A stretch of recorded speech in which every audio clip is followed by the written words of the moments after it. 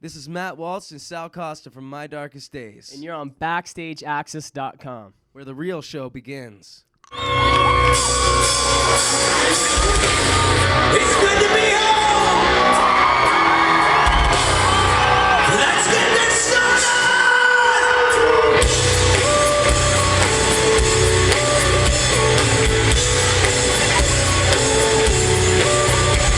BackstageAxxess.com. We are here at the ACC, which is the Air Canada Center in Toronto, with the opening band for Nickelback on the Here and Now tour. My Darkest Days, guys. Sal and Matt, how you doing? Doing good. Good, man. Very good. It's good to be home. And these guys are doing a home gig because they're from Toronto. Do you guys feel any extra pressure performing tonight in front of friends and family? Yeah, I do. I just, this is probably the most important one for me.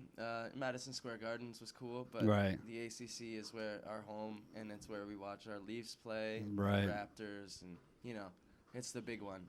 So this is, this is the first time you guys played at this venue, correct? Yeah. So this is it. Okay, you guys can tell maybe a little nervousness, shakiness.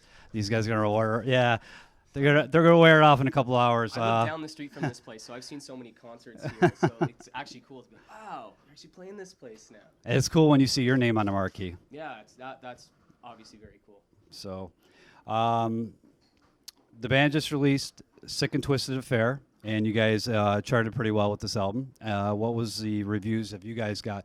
From friends and family, what do they think about the album? A lot of fans are digging it, and family digs it. We're pretty happy, man. Like, we surpassed the charts on the first record, which is pretty cool, too, in the States. Mm-hmm. It's actually doing better in the States than it's doing here, actually. Oh, yeah. We, which is like we're showing you more love. I'm from the U.S., obviously, and yeah. What's going on with your Canadian counterparts, man? I don't know, man. I don't know, but we love Canada. We love America a lot, and touring in the States is a lot easier too because everything's so close. Right. A lot more people, and it seems like rock still rocks in America, and we like being there. Same producer, Joey Moi. Yeah. Am I say it right? Moi. Yeah. Okay. I call him Moe. Moe. Works if you're doing it for y'all. Why did the band decide to keep the same producer for the second record? I think just because he knows us well, and he did such a good job on the first record. I love working with the guy. He's also my friend, aside from my business partner. Right. I just think he's really good at what he does, and as long as we have a career, I'm pretty sure we're going to be going with Joey. I think we've all, in our past, we've all worked with different producers, and, Joey is in a league of his own. Like we were saying before, he knows exactly what he wants. He knows what's good. He knows what's crap, and he's not afraid to take the bull by the horns, and that's really important for a producer. So we're grateful to be working with people like that.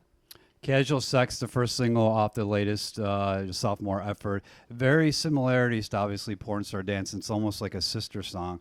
When you guys put together your songs, is there a certain way do you guys write? I mean, how does the song come together for you guys? Well, it's different in different ways. Like each song is you come up with it differently. Sometimes it's a lyric thing. You come up with the name of the song first, and then you work around that.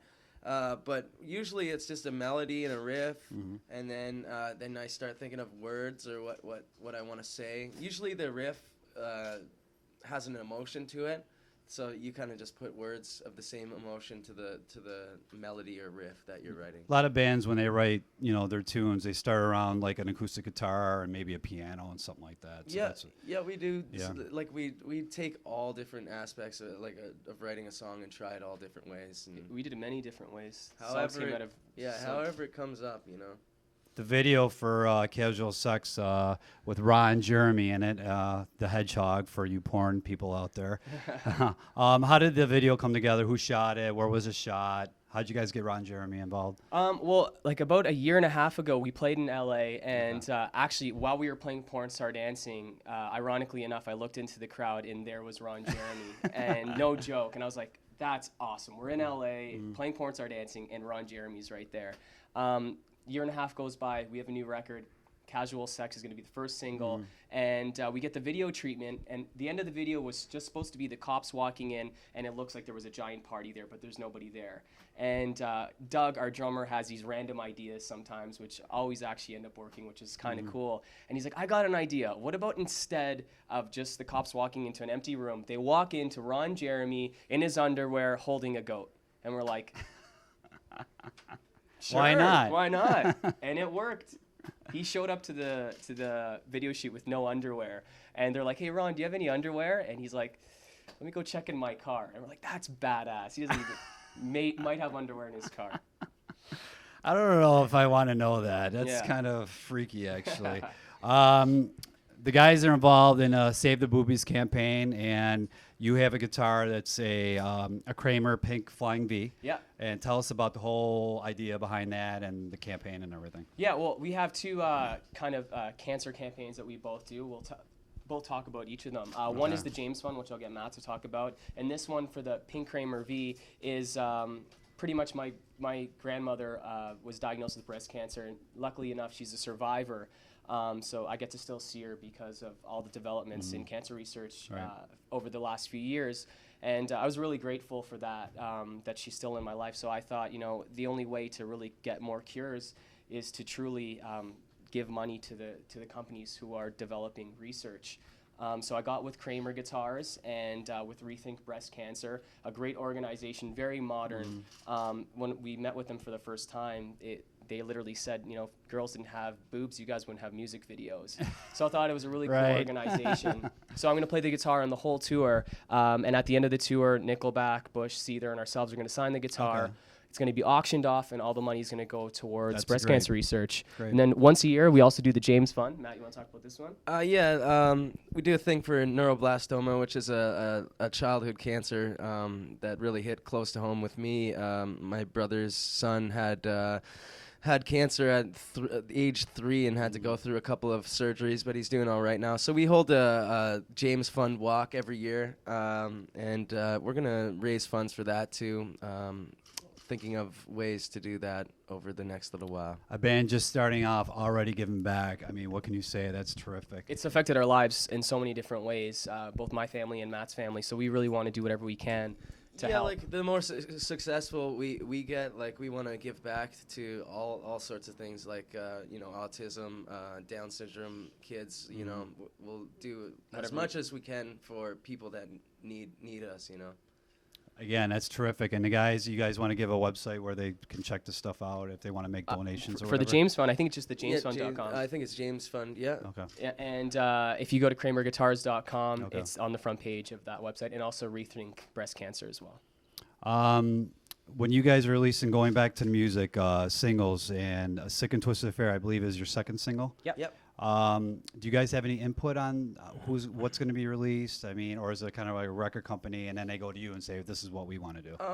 I think with the first song, the record company really liked it, and we dug it too. And the same thing with this song, Sick and Twisted Affair, we thought would be the first or second single. Okay.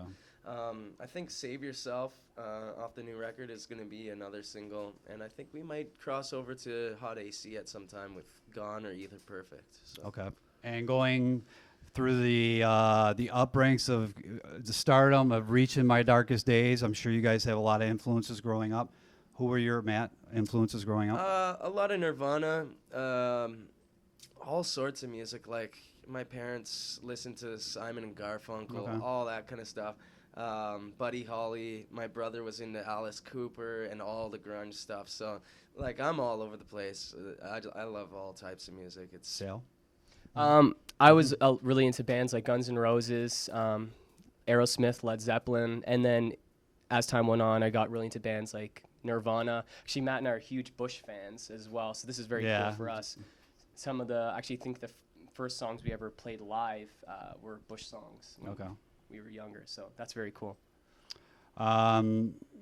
You guys are going to be on tour for quite a while on the Nickelback, because I believe it goes through the summer, correct? Yeah. Are you guys going to be squeezing any club dates to do your own shows to kind of, get the music out a little bit? Yeah, we got a few headliner gigs between the Nickelback shows. I'm not Okay. quite sure where.